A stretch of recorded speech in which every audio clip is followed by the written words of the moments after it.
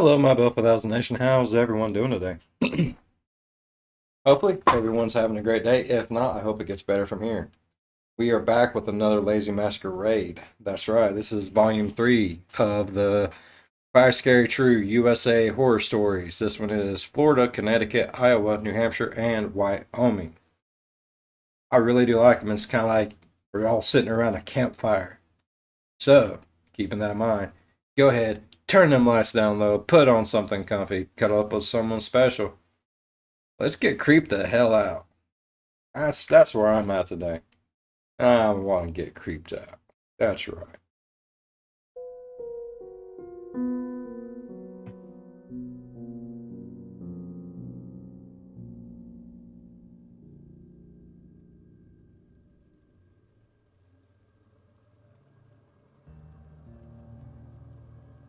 This is part 3 of my American horror series, in which I'm narrating one scary story from every US state. Make sure to check out parts 1 and 2 via the links down below. Now, without further ado, let's continue on our road trip down Route 666.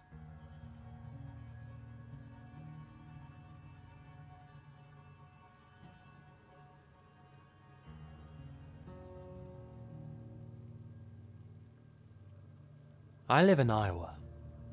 If you've never paid us a visit, then let me tell you a little bit about our state. We have cornfields. Lots and lots of cornfields. One grey afternoon, I was driving through the countryside, about 30 minutes outside of Farley. The road I was driving on was flanked by 2 of these cornfields on either side. They were tall and went on for miles. The closest thing to civilization nearby was a farm, so essentially, this was as close to the middle of nowhere as you could get without wandering off into the wilderness. As I made my way down the road, I came across something unexpected. A car stuck in a ditch next to the cornfield, and a thin, long-haired man frantically waving for help. I pulled up beside him and wound down my window to check what.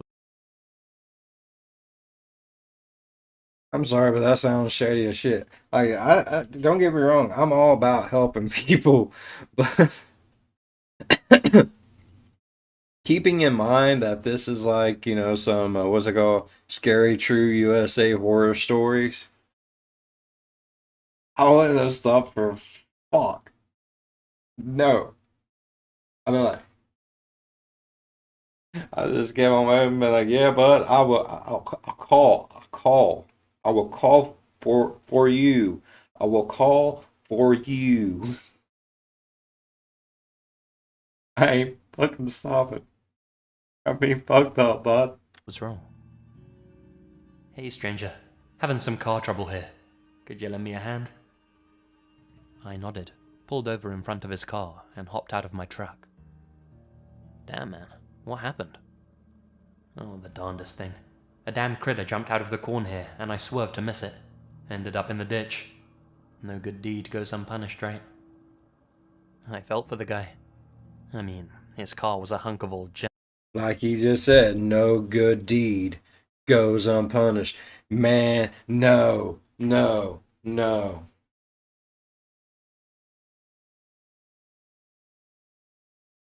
I wouldn't be able to deal with that right now.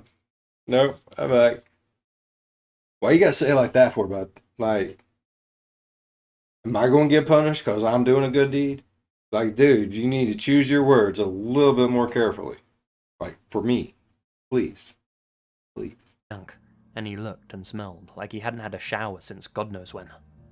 Must have been down on his luck. Sure, man, I said. I'll help you out. Awesome, thanks so much. I've got a tow rope in the back seat of my car there. Go over and grab it. We can hook 'em up. I walked over to the guy's car and looked in through the window. I couldn't see a tow rope. Must have been stuck down there somewhere. I then reached for the door handle. Actually, man, I said, I have a tow rope in my truck. It's a tough one, and I know how to use it. My friend that's with me can help us too. Oh, yeah, sure. I calmly began walking back to my truck and flashed the guy a friendly smile. but I didn't have a tow rope, and I didn't have a friend with me either. As I went to open that guy's car door, I saw something in the reflection of its window. 2 men hiding in the cornfield behind me. I got back to my truck, jumped inside, turned the keys, and floored it out of there. As I sped down the road, I looked in my rearview mirror. The long-haired man just stood there as 3 other men stood up and walked out of the corn. They all joined him and watched me as I drove away. These 3 new men were holding long objects, maybe metal poles or something like that. I couldn't quite make them out. Nor could I make out the license plate on the car. I just got the hell out of there. Sadly, without that information, there was little the police could do. Fuck that. See what I mean? Like, I told you should have stopped. I knew it. They couldn't find the men or the car when they searched the road, and I never heard anything more about it from them. In hindsight, the man's car wasn't really all that stuck in the ditch. I should have been more cautious and sensed that something was up from the start. I'm just thankful they didn't pursue me.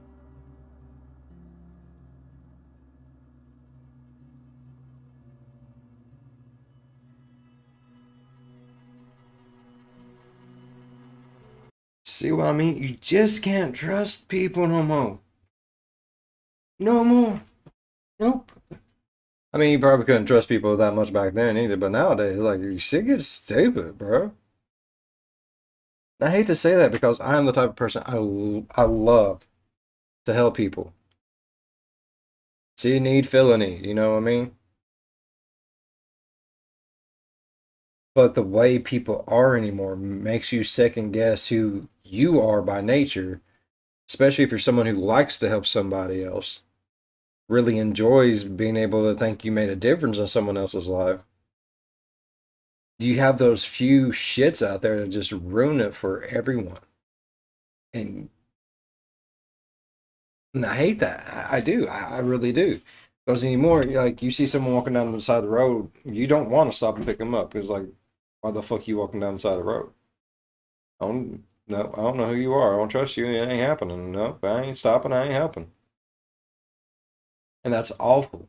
That's awful to say. I hate that. I do. I really do.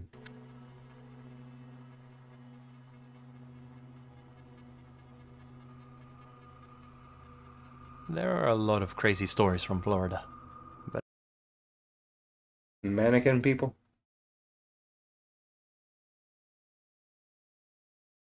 What's with the mannequin people? I don't like mannequins too much. I think my experience has to be considered one of the weirdest.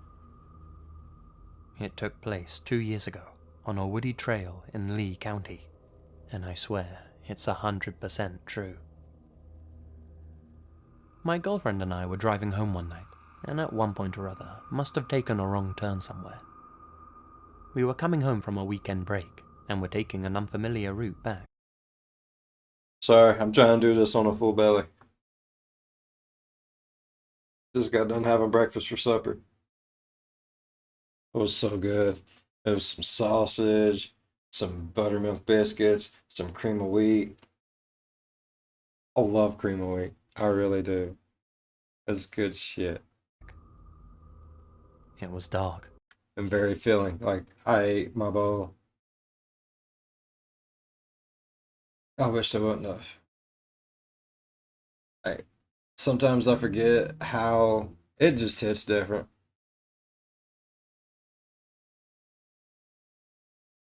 I just want to take a nap, I ain't gonna lie. And our GPS wasn't working right on the country roads.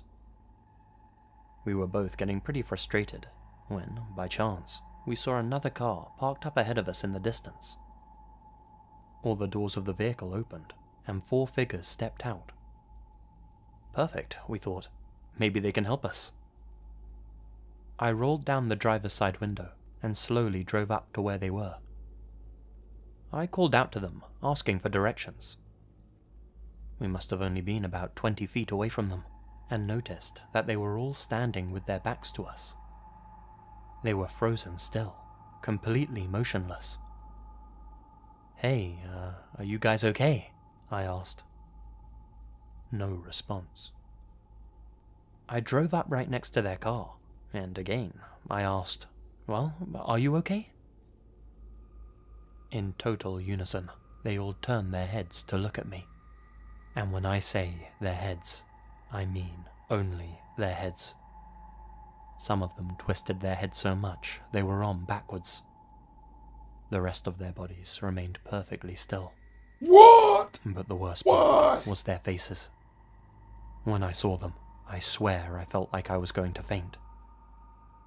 They were pale white and completely featureless, like store mannequins or crash test dummies. The one closest to our car started shaking its head, no.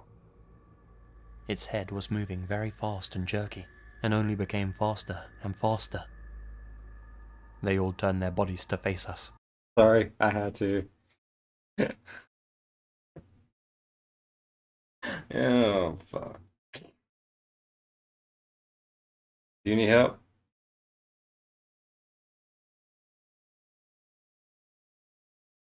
Like some Silent Hill shit. Fuck that, bro. And started slowly moving towards our car. I don't like that fucking thing either. That thing can kiss my ass. Like, look at it. Look at its eye right there. Why does it got hair? Looking like some creepy ass human porcupine motherfucker. Oh, oh god. Oh, movements stiff and awkward. almost looks like a soldier. Like, why do they make soldier mannequins? Oh, I like it. We didn't stick around to see any more. My girlfriend yelled "drive," and believe me, I did. I looked back as we drove off, and they were all standing still again, except for the one that kept shaking its head real fast. Had I been the only one to have experienced this, I would have thought I was going crazy. Hell, everyone I've told has called me nuts. But my girlfriend can back me up, and neither of us will ever forget what we saw in those woods that night. Is there anyone else out there that's encountered something similar? We can't be the only ones. I haven't ever came across no shit like that, because if I would have, I'm sorry, I'm getting in my car and I'm beating it down. Like, no, that's like some end of day shit, and I ain't gonna have it on my conscience that I walked away from something that's going, nope. I ain't doing no damn possessed ass mannequin. I've watched I Am Legend. I know what the fuck happens. Nope.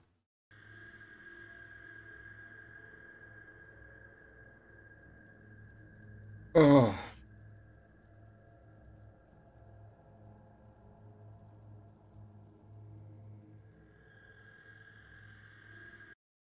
I thought I said the kidneys of strangers first. The kindness of strangers. I better say, what the? Back in 2008, I was taking a long trip through the USA, hitchhiking most of the way to save on travel expenses. You don't want to do that shit no more. This has to be old. This story has to be back in the day. Because I'm sorry, I ain't hitchhiking for shit. I don't give a fuck. I will walk through the woods and take my chances fighting a grizzly bear before I hitchhike anywhere. It's safer than that. Like, no. Time, I was in Connecticut and trying. Walking through the woods and fighting the grizzly bear is safer than hitch. Yeah. It's been a weird day, people. Yeah. To get from New Haven to Hartford. This was actually near the end of my journey, as I'd started on the West Coast and had only had positive experiences the entire way. Friendly strangers offering me rides, kind locals offering me couches to sleep on, the whole shebang. Connecticut, unfortunately, is where my trip turned a little sour, and I finally came to realize the dangers of hitchhiking. Some guy I had just met offered me a ride up to Hartford. Said he was headed there himself, and wouldn't mind a little company on the journey. Sounded good to me. Nothing about him seemed suspicious or anything. Just a normal-looking dude. He was around 40 years old. Muscular, like an outdoorsy type of guy.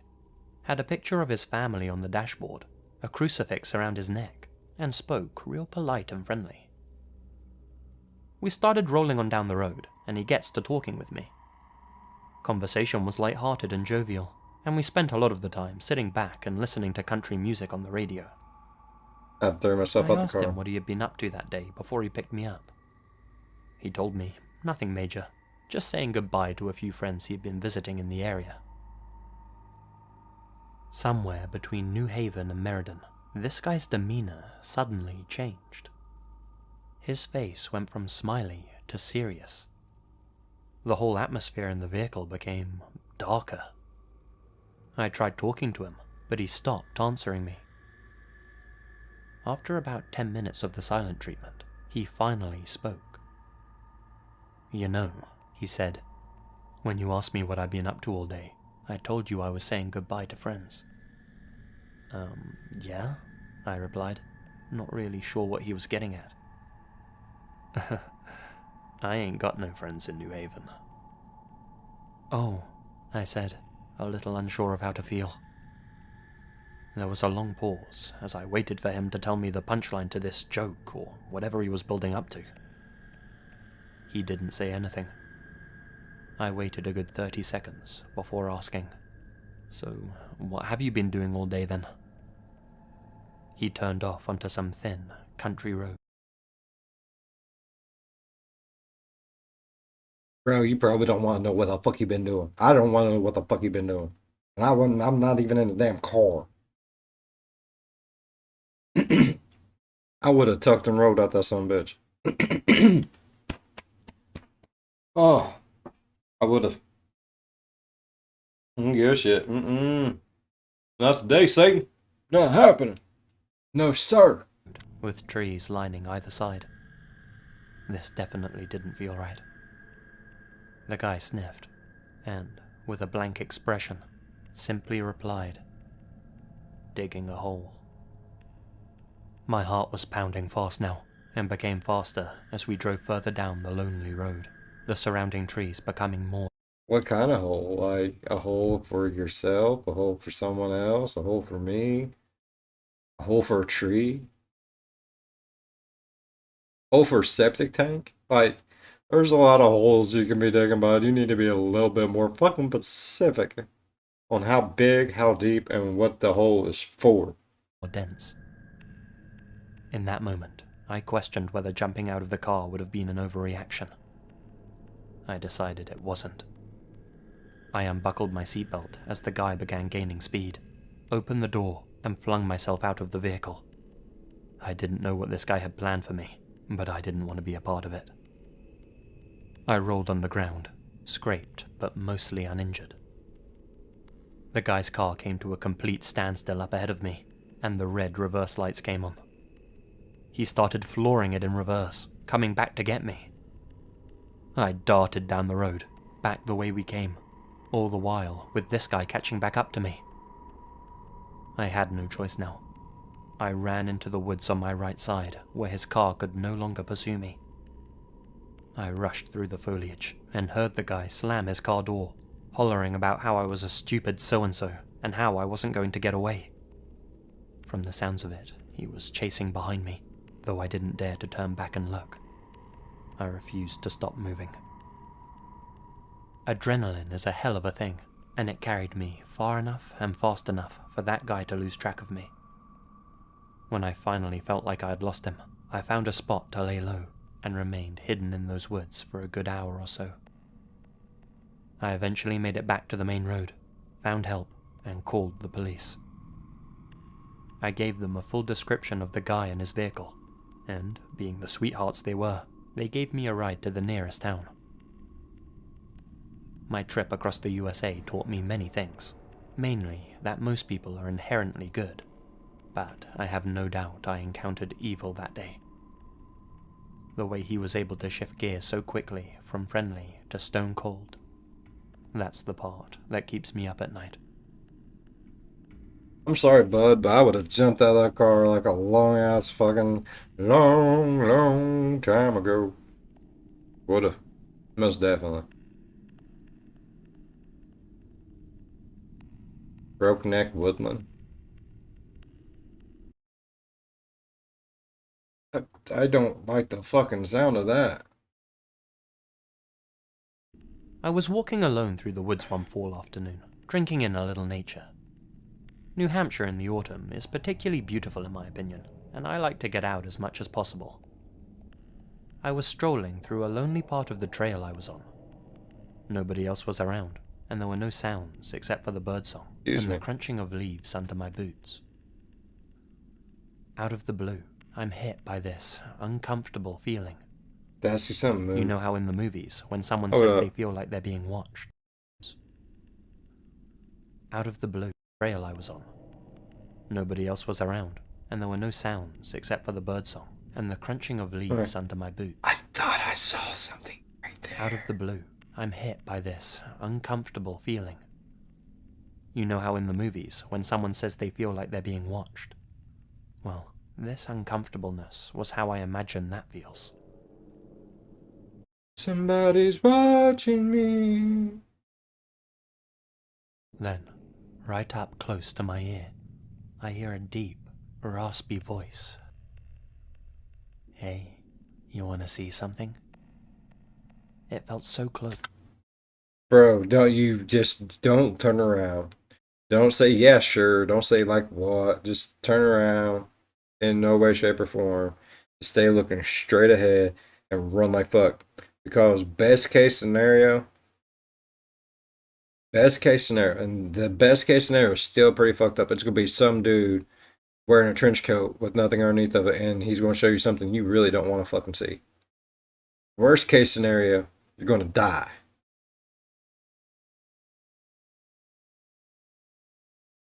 Or in that situation, if you're seeing something you don't want to see, maybe the death would be the better option. I don't know. It all goes on your level of where, yeah. That I swear I could feel the breath of the speaker on my face.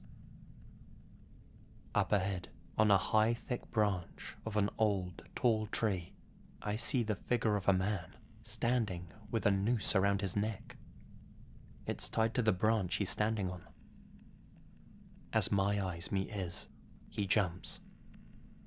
There was a horrible, loud crack as his neck snapped.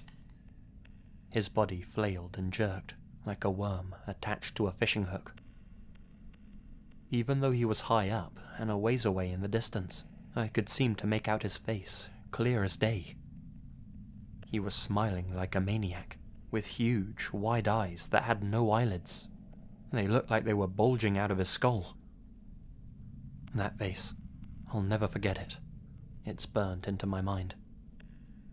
He continued writhing around as I instinctively turned away from the horrible sight.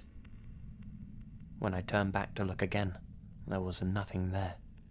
No man hanging from the tree, and nothing to suggest there had ever been anyone there in the first place. Fuck that. Everything was as it had been just a few moments before. Fuck that. Needless to say, I took the quickest route back out of those woods, paranoid. I'll just shit myself while running. I ain't fucking lying. No, I ain't dealing with that. No. I've watched Hangman. No. That something was out there to get me. To this day, I haven't been able to wrap my head around what I saw. Maybe this was just a weird brain glitch. Or hell, maybe the mushrooms I had at lunch weren't shiitake after all. But my gut tells me this was something That is one of my biggest fears in life. I love mushrooms. I will eat mushrooms like most people eat potato chips. Like, I love mushrooms. I really, really do. My biggest fear in life is like, I'm going to be going to like a wedding or a funeral or something, and we're going to stop and we're going to get like a sandwich or a pizza or something, and I'm going to get mushrooms on it. I have got to get mushrooms on it. And I'm going to trip shit wherever I'm going for like the rest of the day afterwards because someone gave me some fucked up magic mushrooms. I'm telling you, I think of weird shit. My head is not a place anybody should ever be. It's a weird place. It scares me sometimes. But that is like one of my fears is to get like some magic mushrooms on a sandwich or a pizza or something, and my whole day is just ruined. unnatural and otherworldly. I don't know, it just looked, sounded and felt all too real. Fuck that. Maybe it's like that stone tape theory shit. Maybe someone did that a long time ago. You've seen the residual effects of it.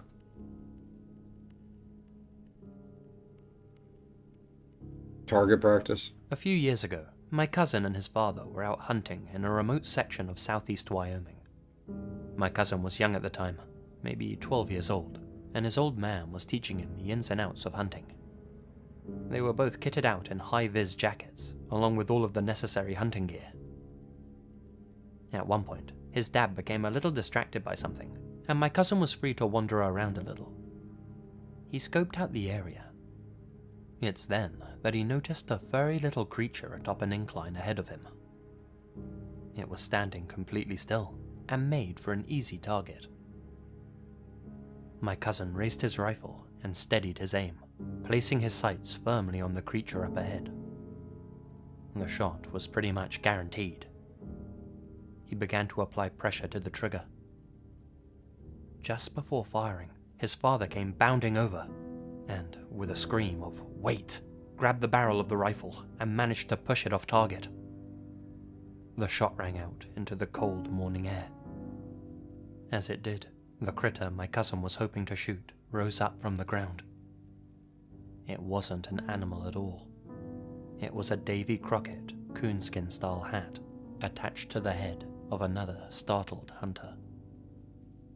Had my cousin taken his shot, had his father been just a fraction of a second slower to realize what was about to happen, that man's death would have been on my cousin's conscience for the rest of his life. Not something you want to carry with you from such a young age, that's for sure. My cousin learned a valuable lesson that day. Hunting's no game, and guns aren't toys. You always have to identify your prey and know with 100% certainty what you're pointing your weapon at. I'm sure the other hunter learned something important too. Where are your fucking oranges, bud? I mean, I know it wasn't always oranges. It used to be red and so on and so forth. Throughout the years, it's changed color, but where are your fucking oranges? Whatever color they was at that time of your life. Wear that shit. Don't go out there looking like a god blessed animal. You're gonna get shot like a freaking animal. Dude, it's hunting season, man. Don't go dressing up in animal furs out in the damn woods. Exactly.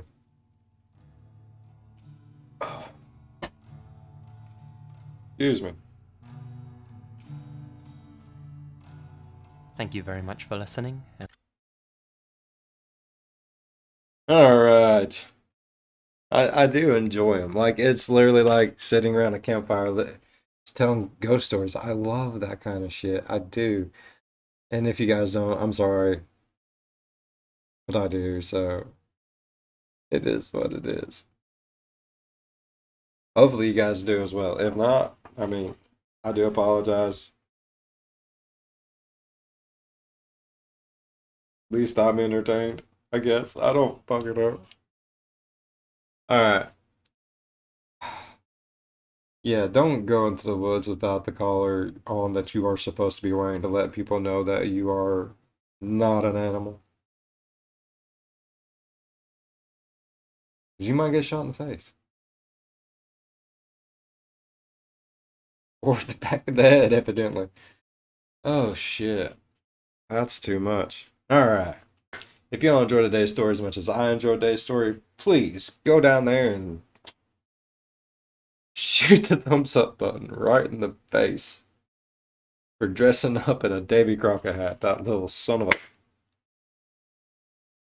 a. Alright, if you're a fan of the spooky, scary, strange, deranged, think about subscribing. That's what we do. Every day, 6 days a week. As always, be good to one another. I'll see you in the next one. Bye bye. Yeah, the man, I would have jumped out that car though, like before. No, just don't hitchhike. Don't go hunting. Just stay home. Don't even stay home. Build a bunker. Don't need, man.